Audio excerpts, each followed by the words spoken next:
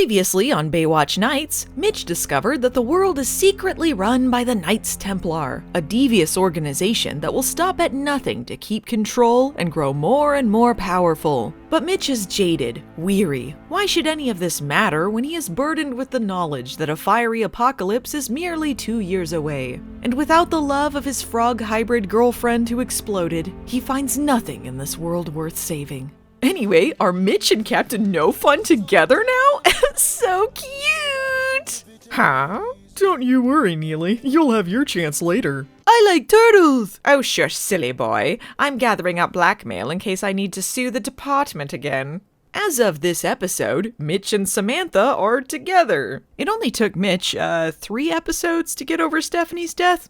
Seems reasonable. Seeing as how these two have never indicated that they have anything more than a cordial working relationship, Samantha's been credit only for the last 5 episodes, and she's only featured in 12 of her 22-episode run, I can see that this desperado can stop riding fences and finally settle down with the one. Give me that, you're doing it wrong! I know what I'm doing, Mitchell. You're just making it streaky, you fucking suck! No, you suck!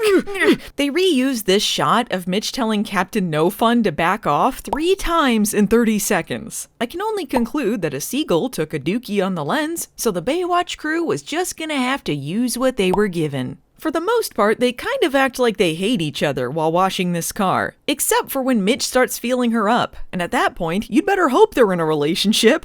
Ryan, I would never mix my business life and my personal life. That's why we can never be together. Hey, come here, Captain Nice Ass! Meanwhile, some Hispanic juvies are on the beach doing some community service, so you know this will be a Manny plot. Hey guys! This is Hector and Pulga. Hector used to be in a gang with Manny before he moved out of the neighborhood. At least, IMDb tells me it was a street gang, but I can't always depend on them. Used to be my homeboy. Your homeboy? It's more like a beach boy. Jullian Dulce Vida, who played Pulga, was the Price is Right Showcase Showdown champion in 1993. In their first 20 seconds, Pulga has 2 lines, and both of them end with essay. My line of work, you say? What you looking at, essay? I don't know what's more insulting. The fact this is the 2nd episode in a row involving minorities in a gang, or that we're supposed to believe everyone in this group is under 18. Anyway, Hector is pretty resentful that Manny made it out of the neighborhood while he's stuck doing community service tickling. Find the hollow area! Let's not fight, man! Come and have dinner with me and my mom! Oh, I don't know. You have dinner with Manny and Mommy or else! Manny is such a hot shot now. His mom uses an Apple computer! For whatever reason, she's played by multi-Grammy-winning singer Vikki Carr. Anyway, Manny is worried about his BFF Hector, so he's gonna go back to the old neighborhood to check on him. Grammy Mom decides to join him, because what better way to check in on your old street gang than to bring your mother along? Oh, Mom! Don't you Mom me, or you're grounded. Manny hate being 17 years old!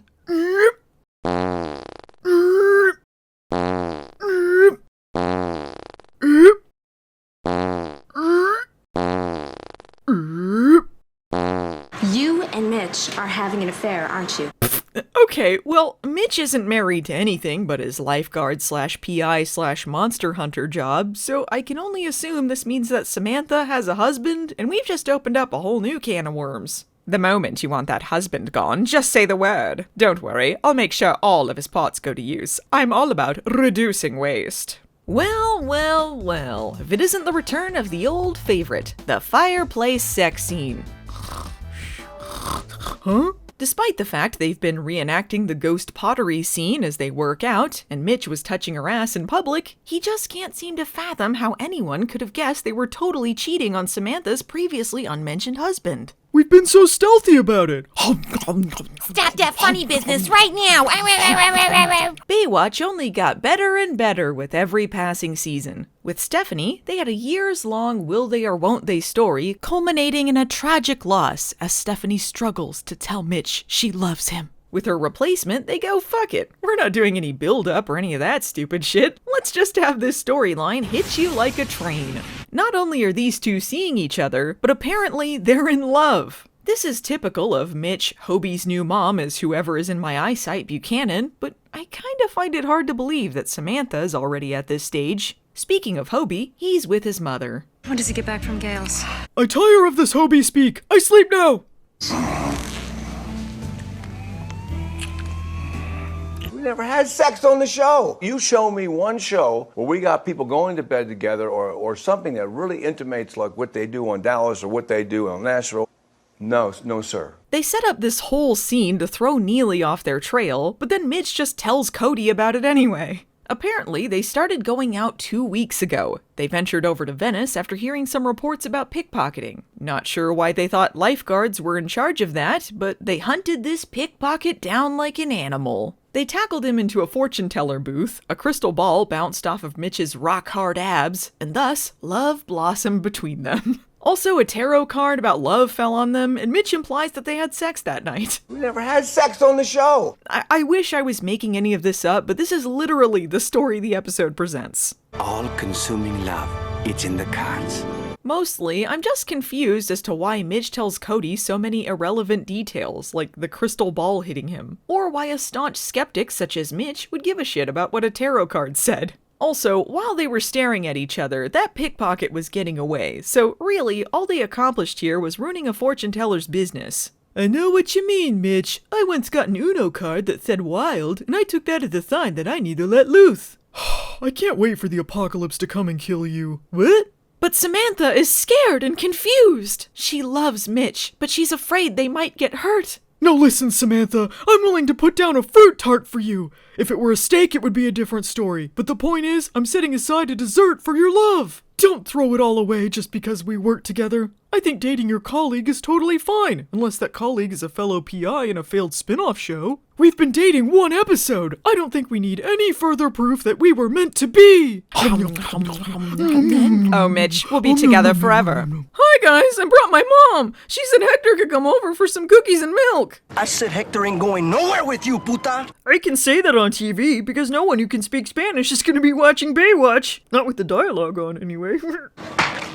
Looks like I'm gonna have to swear at you with a bullet. Manny, smash! How many times can they say essay during a drive-by shooting? A lot, it turns out. But wait, maybe those CPR lessons weren't just for tickling? You have dinner with Manny and Mommy now! No, I'll testify against Polgar or whatever my plot is. Just leave me alone! Also, the show psyched us out earlier, cause guess who's in the episode? Mitch is happy to see his son or whatever, but he's more happy to find out Gail sent him cookies. Double chocolate chip? Of course. Anywho, it's Hobie's 16th birthday, and we have, 6 minutes of episode left to celebrate it. They actually filmed part of the episode on Jeremy Jackson's real 16th birthday, and Mitch gives Hobie the exact same model of car Hasselhoff gave to Jeremy Jackson. This might have been around the point Hasselhoff asked him if he was smoking pot, and he didn't have the heart to tell him he'd upgraded to harder drugs, but I'm unclear on the timeline. Hobie's penis mobile has arrived. Now to leave it completely unattended with the keys in the ignition. Boy, I'm a deeply stupid man. Yoink! I don't think so. I didn't cut the brakes on that thing in order to stage Hobie's death just so you could go and ruin the whole thing. But I thought if I stole a really noticeable vehicle right in front of everyone and engaged in a high-speed chase, Hector would never testify against me and I'd never get caught. Thanks for killing that guy for me, Dad. His blood matches the paint perfectly. No problem, champ. Don't go driving over any cliffs or anything. Or do. You're old enough now. Together forever. I love you, Stephanie. Next time on Baywatch Nights, Mitch and Ryan take on a werewolf. Sorta, I guess? Awoo!